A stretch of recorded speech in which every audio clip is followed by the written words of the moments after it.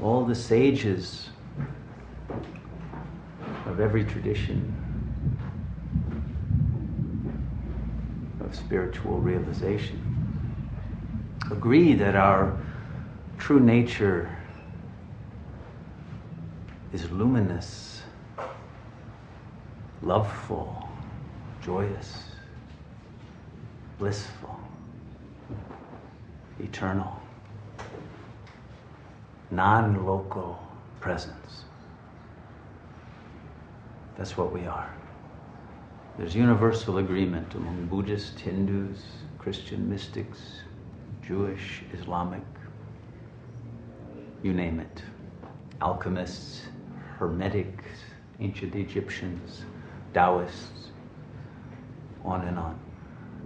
Why are we not in this state if this is our true nature? How do we get back to that realization of who and what we really are? This is what meditation is for. The problem is that the ego has made 7 maneuvers in order to lose itself. Actually, 6 to lose itself, and there's 1 in which it's trying to refine itself. But there was first a separation from this source, and then a subtraction from the infinite down to the finite, and then a further contraction down into the individual, a kind of a tunnel vision, and then an introjection of the energies of others in that same state of contraction.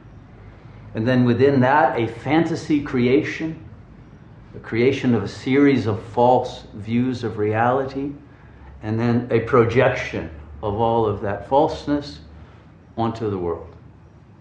Okay? That's the lostness that we have entered into as a result of these 6 maneuvers. There's 1 7th maneuver left to us, which is recognition. We can begin to recognize the plight that we have put ourselves in through these other 6. And then gradually we can recognize one by one these which have become veils or obstacles to the realization of the infinite, eternal, blissful self. And this is what we're doing in meditation. We are recognizing and we are letting go. We're letting go of the projections, we're letting go of the false identifications and fixations, and obsessions, and the anxieties, the fears, etc. And then letting go of the contractions, expanding into the true self, and reconnecting with the dimensions of reality that we have cut off, and then finally union from that primal separation from the source. This return to our true nature can take years or lifetimes, or it can happen in a single moment. That's up to us, and up to the amount of resistance. So the first thing we have to do is to recognize that this ego consciousness that most of us at least start out in, which is filled with anxiety, fear, anger, suffering, etc., is based on these false ideas that were originally introjected, taken in from the world as children, and even intrauterine. And we have created out of that a fundamental attitude toward reality, which is based on the attitude we believe that others have toward us. And so it's important that each of us goes inside and asks, what is the fundamental attitude? Because everyone has one fundamental attitude that you think the other has toward you. It could be that the other wants to reject me. The other wants to exclude me. The other wants to deny me. The other wants to overpower me. The other wants to desire me. The other wants to be friendly to me. The other wants to love me. It could be any along the spectrum of positive or negative, but there's always that kind of a feeling that gets projected and provoked into the other, and one believes that that is one's fate. And of course, it becomes that through a self-fulfilling projection.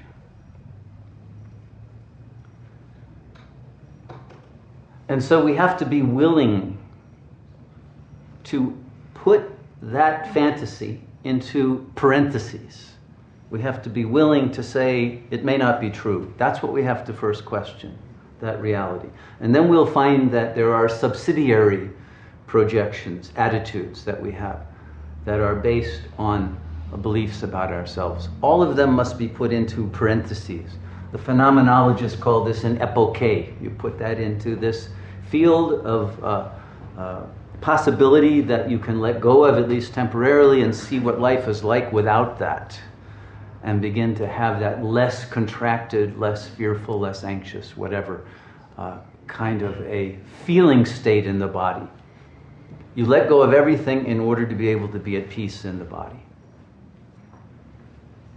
And then by recognizing that you are consciousness, you begin to let go of all of the fixations that you believe are connected to the bodily identity. Okay? Because very few people are happy in their bodies. Very few people accept their bodies as they are. Many people who are in a female body wish they were in a male body. Many in a male wish they were in a female, vice versa, and every kind of mixture in between. And people who are thin want to be fatter, those who are fat want to be thinner, the tall want to be a little shorter, the short want to be taller, etc., etc., etc., right? And so we have to let go of that and put that in parenthesis also. And everything to do with the body, everything to do with the body's ethnic identity, religious identity, national identity, etc., until we have put all of that into parenthesis and we have returned to the state of pure awareness, presence. And we can feel, at least momentarily, what that is like. That will give us a much more expanded, peaceful, relaxed, stable consciousness that can see things with less distortion. And there can begin to be a real sense of the internal love that was occluded and blocked by the dissatisfactions that we had with other people, with our own bodies, with our place in the world, with all of the situations fate has dealt us, etc., etc. So we can get to that place of our true nature, which is beginning at the level of peace. That's the threshold, shanti, into which we can begin to experience the more non-local level of consciousness. And that allows us to go deeper inward. And in that going inward, we will begin to encounter the subtler energies that we don't normally feel because we're too focused on the outer world and defending ourselves against imagined attacks or desires that we have for things or people in the world or fear of them or whatever. We go inward and we begin to become aware of the subtle energies. And those energies that we will feel after we get past the energy field of the ego's fantasies is beautiful, it's blissful, it's loveful. And we'll begin to actually experience the inner white light that most people don't encounter except at death. But it's here, always. And we are that light. And we are the source of that light. And the more that we can begin to encounter it when the mind is silent and still, then that light, just like the moon in a bucket of water at night, you see the full moon reflected in the water when the water is calm and still. And then we can realize that the moon that's in the bucket of our individual consciousness is a reflection of the Absolute. And we can begin to ascend into that non-local, universal consciousness. And recognize that that same moon is in every bucket and is a reflection of the same ultimate reality. And then there is love and there is unity with all beings. And there's no longer the separation. And there's no longer a separation from the source of reality. And then we realize that we are that light, and that the moon's light is even a reflection of the sun's light, that there is an absolute that is beyond even the highest level of godhood that we can imagine in the phenomenal plane. There is something beyond it all. It's called Nirguna Brahman in the Advaita tradition. No qualities, Nirguna, no attributes. It does not exist, literally. in the physical world, but it is the cause and the substratum of all existence, of all reality. But it's much too subtle to reach with the mind. You cannot grasp this ultimate source through any kind of intellectual process, but through the letting go, that ultimate letting go of separation from that. The very primal subject-object duality, which was the first separation, can be healed. And in that moment, then we are one with the source. And the journey is complete. And so that return to the fullness